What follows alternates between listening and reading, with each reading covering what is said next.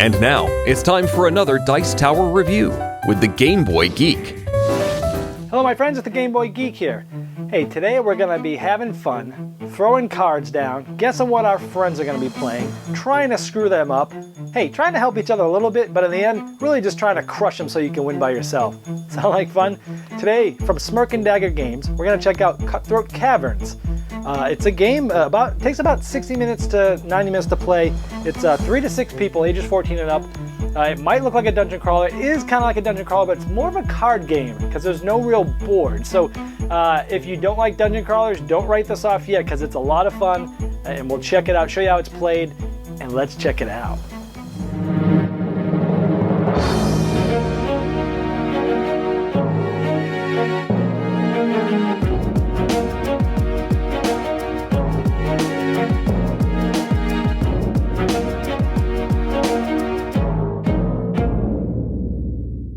At the beginning of Cutthroat Caverns, you get to pick your warrior. So you could be the Nyx, or the Orn Hammerfist, or Nephedria, or Aiden Bloodthorn,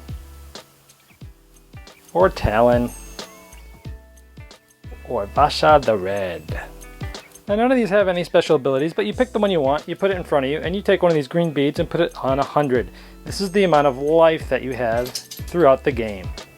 So the object is to, after 9 encounters with monsters, to still be alive, meaning my life doesn't not go all the way to the dead skull here. If I'm still alive, I'm in the running for winning the game. And if I'm at the end of the game, if I've gotten the most prestige points, I'm going to end up winning. So let's talk about how you get these prestige points. At the beginning of each round, we start a new encounter. There's 9 monsters by default start with the game, and once we're through those, the game will end. And so at the beginning of the game, we're going to flip over the first monster and see who we're fighting. In this case, we're fighting Spite. We can see the winner of this, the person that destroys the blow to this lady that beats her, is going to get the 3 prestige points. We could see a special ability or special thing that this monster does. In this case, at the end of each round, Spite attacks the player who did the most damage to her in the round. Then remove the attacks that did that damage. Spite is no longer damaged by those attacks. Interesting. Now here we see how the monster attacks as well, depending on how many players that are in the game. From 3, 4, 5, or 6, that's how many hit points this person has. So on the encounter board, we set the encounter to the first encounter of the game, and we set the hit points to what it is. In this case, it's 210 hit points for this creature. And it is 210 because let's say we're playing with 4 players, you set it to 210, and this person attacks 1 player for 10 points. Of course, it's the one that's did the most damage. So this begins the combat round, and each player, these cards get shuffled, these initiatives, and these get flipped over, and each person will receive one of these, and that's the player order that you will do damage to the monster. So we got player 1, 2, 3, 4. Whoever has those cards, it goes in that order, 1, 2, 3, and 4. Now some monsters actually damage random players. It says, hey, I'm going to damage player 3 at the end of this turn. That's always the person who draws the card in the next round. That's who gets hit. So it's typically a random player. You don't know that round who it's going to hurt. So in this case, this player is going to play a card first. So at the beginning of the encounter, everybody gets to discard any of their cards, and they start with 7 fresh cards. And those are in their hand. And then they start, in the initiative order, start playing cards, attack cards. Well, the first person plays, let's say, a feint card. It's a tactical maneuver, and essentially he feints and it doesn't do any damage.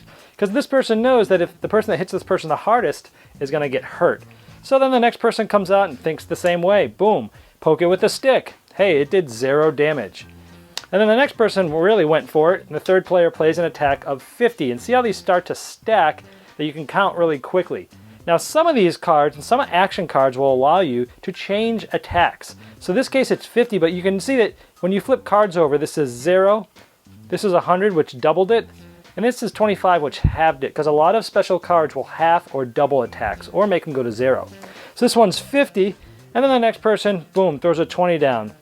All attacks made by the next 2 players are halved this round. Well, this player played it last. It probably would have been better if he had played it forward, but maybe he was trying to shoot low so he didn't get hit by this monster. So according to this monster, the player who played the 50 is getting hit because she damages the person with the highest attack against her, and this card gets discarded per the monster. So what we have here is just someone did 20 damage. So at that point, we would take, after everything's done, we would take this down to 190. She's down 20 damage, so she has 190 left. If this person was killed on any of those actions, any of those attacks, the person that dealt the final blow, the killing blow, is the one that actually gets the treasure. In this case, it's 3 prestige points, but only the person that actually does the dealing blow. So you're constantly trying to outguess your opponents and try to, be close, but be the one that actually deals the killing blow. Now, if you remember, this person hits the person that hit him the hardest, and let's say this character was the one that's through that 50 attack, they're getting hit by 10 points. So I go down from 100 to 90. When this gets to 0, I'm dead.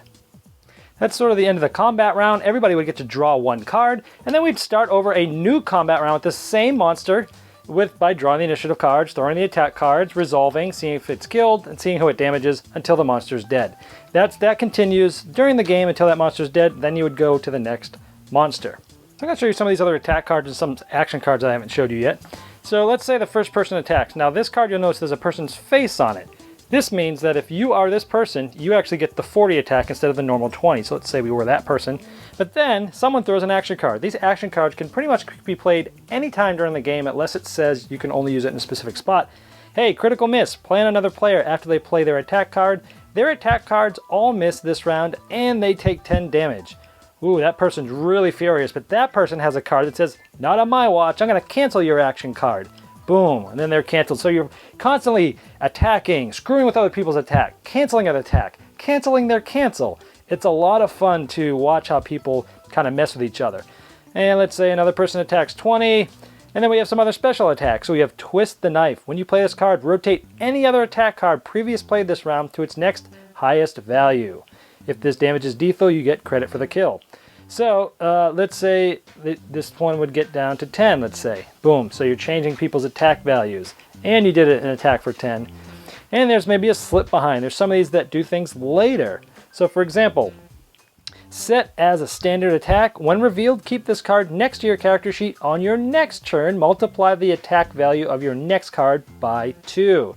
So this is good if you're kind of like, trying to figure it out. So now, think of this. Everybody's playing these cards, and when they're playing them, they're all playing them face down, one at a time, like this. Boom. You're selecting your card, and then one at a time, the people with the initiative cards going 1, 2, 3, 4 are putting them up. So when you're placing your cards down, you're looking at where the enemy is, you're looking at how many points you have left, you're looking at your cards, and you're trying to guess, what can I throw down to do the best thing? How can I get, if we're close, how can I throw down something that will help me kill the monster? Or how can I throw something down that might stop my other opponents from killing them? So it's much of a guessing game, should you will. You're trying to feel out and try to guess what the other players are going to play and combating that with your cards all face down before they're all flipped over one at a time, as I've been showing you. We'll look at a couple other cards here. Here's a couple more action cards to show you. So this one's double-sided, not so tough. You can play it so in response to any attack card, rotate the card to the next highest attack value. So you can make someone attack higher, could be you, or tougher than he looks. In response to any attack card, you can half the fire, take it to the next lowest value. So this one can be used either way. Interesting types of cards here, just showing you what they do. Counter Strike, immediately after you are damaged by a creature, draw a card and then instantly play 2 attack cards from your hand, treat each as a separate attack. So you can try to kill the monster that way, even though you're getting damaged. Then we have some potion cards, things like this, that are Alchemist's Fire, for example. You play it face up. As soon as you're dealt this, you put it face up. You tip to use on your turn even after an encounter has happened, and you do 30 damage to all monsters engaged by the party and 10 damage to all other players. This is really huge. So you see this says corked, and when you tip it, it's now used. So there you go right there. That just shows you how these sort of things work. And there's other ones that cure wounds. So you can tip this to gain 15 light points, but you could give it to someone else and heal them if they give you 2 prestige points. So you could tip it and use it, or you could tip it to get 2 points for it. And another potion, some potion of strength. When you tip it, all your attacks do double damage for the next 2 rounds. So when you tip it and drink it, you have the first round you can do double damage, and then here you have the second round. So very cool potions, action cards, and attack cards. Now we would have gone through those rounds over and over until this person finally got killed. The person that dealt the damaging blow would get the 3 prestige points to put on their character. This monster would go away. Everybody would discard as many cards as they want, then get back up to 7, and then a new encounter would happen. Now I'm going to just show you a couple monsters, and then we'll be done here, just to show you what some of these are like. So this is, for example, a Necromancer. It's worth 2 prestige points. And when killed, you take the creature with the highest prestige value, including bonuses from the current leading player, so whoever's in the lead, and shuffle it into the encounter deck, that player has lost the prestige for that kill. So this guy, it's kind of an interesting thing. You kind of want to win it, but you kind of don't. So that's kind of an interesting one. The Boogans, check this one out. You have to place 3 of these little Boogans, guys. They actually come with these extra little counters here that you would put. Everybody gets 3 of these little counters in front of their guy, and they're each 30. And if you don't kill them, they do 5 damage to you. And you have to kill these ones before you can then kill this guy. So there's a couple, I think there's 2 monsters in the base deck that come with these sort of extra kind of characters. We have a Riddle Room, which is really cool. You stop the encounter, you take everybody's cards, you discard them into a big pile, you put them in a 5x5 area, and then it's like playing the game Memory. Everybody gets to pick 2 cards, and if by the end of the 3rd round you haven't found a match, you're getting 10 damage points. So it's a very interesting, it almost changed the game to a completely different mini game, which was really cool. You know, you have things like a shift, which is 3. If the shift lives after 2 rounds, it shifts into an advanced form, gaining 100 life points, plus 10 to all attacks, and will gain life equal to the damage if it deals. So it's really an interesting thing where you're trying to kill this thing before 2 rounds. If you don't, it gets really powerful. Just some ideas of some of the monsters out in there. Now it comes with 20 monsters, and you'll only play with 9 each game. Once you have finished the 9th encounter, as you get down to 7th, 8th, and 9, you're going to get additional prestige points. But once you finish the 9th encounter and the prestige is dealt out, you count the prestige. The one who has the most is the winner. Now keep in mind you can die in this game, and with the monsters, for example, say we started with 4 players, it has 160 hit points. If somebody dies, you still have 4 players because that's how many you started with. So you want to stay together because it's going to keep those higher hit points, but you kind of want your guys to die towards the end because you can loot them, you can steal their prestige, you can steal their cards that they've had. So you're kind of working together to get to the end, but then you kind of want to be the only one that wins. Pretty cool concept. All right, well, there's Cutthroat Caverns. First of all, I am not a fan of dungeon crawlers, typically. I just don't like them. In fact, you're probably going to shoot me, but I'm not huge on any of the monsters, dungeony, even fantasy or sci-fi theme. I'm kind of a weird gamer in that, right? Okay, now that I've been shot, this game, I really liked it because it wasn't, even though it was in the dungeon realm and you're hitting people for hit points, and it was thematic and everything you did kind of made sense, I never felt like I was playing a dungeon crawler, which is probably why I really like this game. I felt like more I was playing like a version of poker, where I'm trying to guess what my compadres are playing, but sometimes we're working with each other. Probably most of the game, we're trying to, in general, work together because, as people get hit and if they die, the monsters still stay the strength they were at the beginning of the game, so you kind of need them to survive.